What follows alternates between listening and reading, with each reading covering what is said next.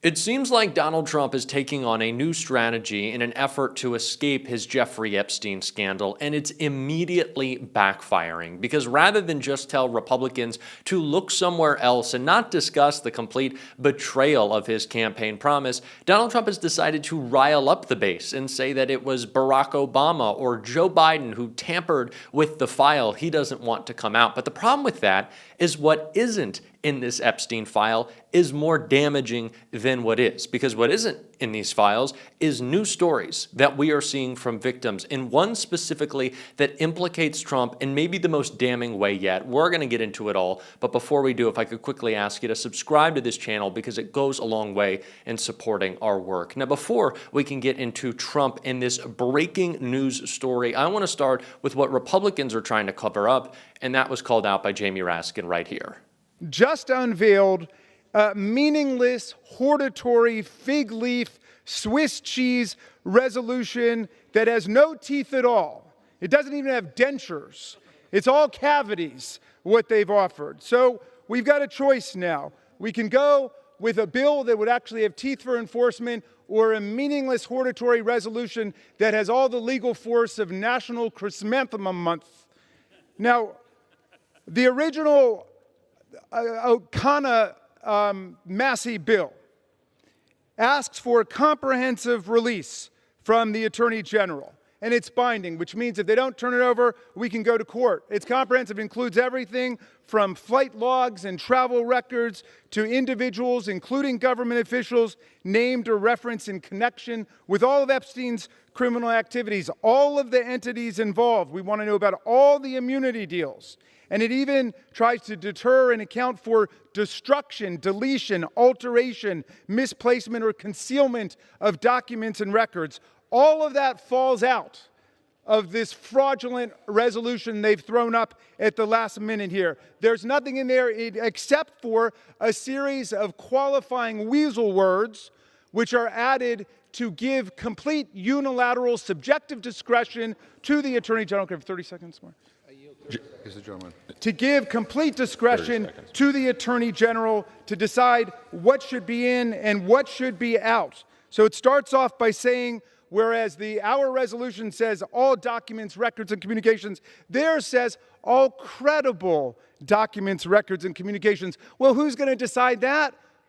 Attorney General Bondi, in conjunction with Donald Trump, who today said that a letter that he wrote to Jeffrey Epstein on his birthday, which is published, which has all of the indicia of credibility, is not credible. That wouldn't be included. So this is a multi-pronged strategy from Donald Trump. Of course, he will try to distract with new culture wars on Truth Social over the name of sports teams Rosie O'Donnell and the Auto Pen, but at the same time, he wants to pretend that he's allowing information to be released, pretend that he's engaging in good faith in this process, but we got to let the judges handle it, right? Because Trump cares so deeply about that. But at the same time, we see Donald Trump's mouthpieces in the MAGA media trying to change the narrative around what is in this file. And Tim Burchett did that right there. And it is just going to show why this new story of a victim speaking out against Trump is so damning. And the reason I'm worried about these files now is the fact that the Biden administration, who in my opinion has a history of corruption, has tampered with these files, and we're never going to get to the bottom of it. I think stuff could have been placed in those files. Do I have proof? Well, no, I don't, but I have a gut feeling and I have a historical reference, which is every dadgum time something like this happens in this town, it gets covered up, and it needs to stop. And I salute President Trump for pushing to move forward on those records that they have, but I do want them to be. I would like them to be filtered a little bit. I don't want the 1,000 innocents and some of those people that flew, as you mentioned earlier. Right. So it is Donald Trump's claim that this evidence has been tampered with. That's what Tim Burchett is pushing for his cult leader. That how can we even trust it? How can we even trust what comes out of these documents? How can we trust what comes out of court filings? We can't, because Joe Biden, he messed with it. Well, do you know what Joe Biden didn't have the chance to mess with? Such a ridiculous notion anyways, is new testimony that we are seeing from a victim in a New York Times report right here. An accuser's story suggests how Trump might appear in the Epstein files. A former Jeffrey Epstein employee said that she told the FBI in 1996 and 2006 about what she considered a troubling encounter with Donald Trump. It was the summer of 1996 when Maria Farmer went to law enforcement to complain about Jeffrey Epstein. At the time, she said she had been assaulted by Mr. Epstein and his longtime partner, Ghislaine Maxwell. Ms. Farmer, then in her mid-20s, had also learned about a troubling encounter that her younger sister, then a teenager, had endured at Mr. Epstein's ranch in New Mexico, and she described facing threats from Mr. Epstein. Ms. Farmer said that when she discussed her concerns with the New York Police Department, then with the FBI, she also urged them to take a broader look at the people in Mr. Epstein's orbit, including Donald Trump, then still 2 decades from being elected president. She repeated that same message, she said, when the FBI interviewed her again about Mr. Epstein in 2006.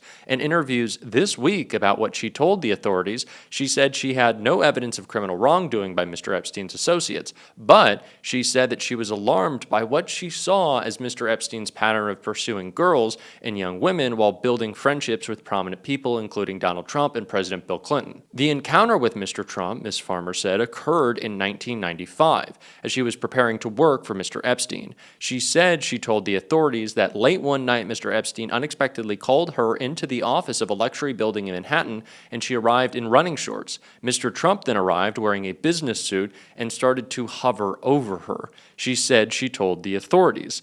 Ms. Farmer said that she had recalled feeling scared as Mr. Trump stared at her bare legs. Then Mr. Epstein entered the room, and she recalled him saying to Trump, "No, she's not here for you." The two men then left the room, and Ms. Farmer said that she could hear Mr. Trump commenting that he thought Ms. Farmer was 16 years old. The White House on Friday contested Ms. Farmer's account and cited Mr. Trump's long-ago decision to end his friendship with Mr. Epstein.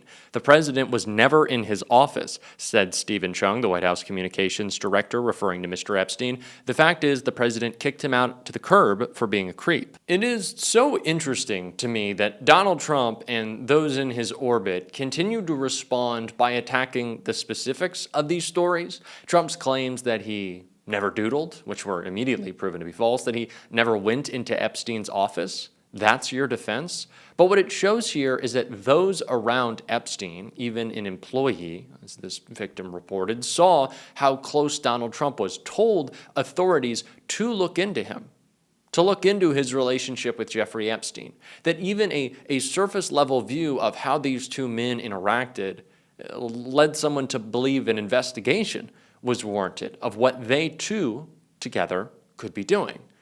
And again, why this is important is that while Donald Trump will protect, as much as he can, what's in these files that he is currently in possession of, what he can't stop from happening is people coming forward, telling their stories, explaining the closeness in this relationship, and as that evidence mounts, as it has continued to over the past week, it only gets more difficult for Donald Trump to hold these documents back. And at this point, it seems like his lack of transparency has almost been more damaging than what would ever come out in a file, because we already know of the disgusting and illegal behavior of Donald Trump. It seems like MAGA would get on board with that. But what they can't get on board with is him holding it back, which he is doing every single day.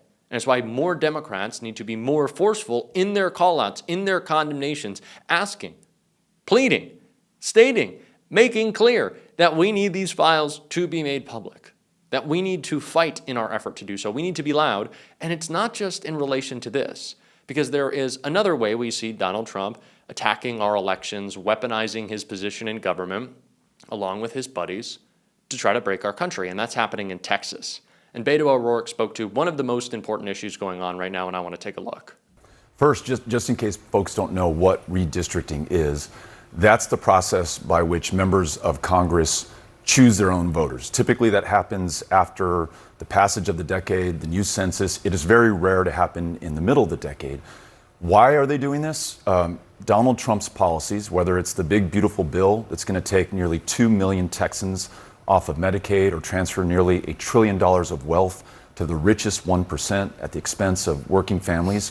His policies are deeply unpopular. He doesn't want to face accountability from the voters, and he's worried about keeping his very slim majority in Congress. So he's trying to pick up 5 seats through this redistricting process in Texas. Now, to your question about how we fight back, there are a number of things that we can do. One, the Democratic state legislators can deny their Republican colleagues a quorum to be able to move forward on this. We've seen this before with legislators leaving the state and that sort of thing. Absolutely. And I think they at least have to try this. And all of us, wherever you live, have to get behind them, because if we fail to support them right now, it's not just going to hurt the people of Texas, it's going to hurt people all over this country. But there's more that we can do. Governor Gavin Newsom in California has talked about a redistricting in his state. I think it's time that we match fire with fire. I think Democrats in the past too often have been more concerned with being right than being in power. And we've seen that Republicans only care about being in power regardless of what is right. So you support the Newsom effort because California right now has an independent commission that does districts in as fair a way as possible, in nonpartisan way as possible. You're saying Democrats should, even though you don't approve of it, Democrats should do it too. We have to get serious. We have to be absolutely ruthless about getting back in power. So yes, in California, in Illinois, in New York, wherever we have the trifecta of power, we have to use that to its absolute extent. And then the last thing, this may end up biting Republicans in the ass. You have the possibility that they will disperse Republican voters to make up these 3 or 4 or 5 new congressional districts and put those districts in play. So in Texas, we've got to get out there and register and meet the voters who are going to decide the outcomes in these next elections if they're successful with this redistricting. Our group, Powered by People, is doing this right now on the ground. We can't wait for 2026. We got to do the work right now in 2025. So House Democrats are exploring doing this in other blue states, New York, New Jersey, Minnesota, Washington. It's already done quite a bit in Illinois. And there's some examples of it, of Democrats taking advantage of it in Nevada. But you were in North Carolina this week and you told voters there that they need to end the process of gerrymandering. Doesn't it sound like, it sounds like you're saying that they should end the process in a Republican state or a Republican leaning state, but do it in a Democratic state? I mean, should there be like a consistent point of view here? It's confusing, isn't it? You heard Democrats in 2024 often talk about saving democracy. People in America didn't understand what they were talking about because we really don't live in a democracy right now. I see these two issues as quite interconnected, that we need to be as forceful as possible in bringing attention to what is happening in Texas, to what is happening with Epstein, and stop being so worried about what's necessarily right or would seem like respectable politics 10 years ago, 20 years ago. We're not in that place anymore. We need to be loud, and we need to be emotional and angry and clear and use every lever of power we have to make these documents public and to fight back, not just in Texas, but Gavin Newsom's taken up the mantle. Do it in Illinois. Do it in New York. Fight back. Every lever of power we have, we got to use it. We're going to be encouraging that on this show, and if you want to support that, as always, you can hit that subscribe button, leave a like on this video, and if you stuck around to the end, drop a blue heart in the comments. And until next time, I'll see you soon.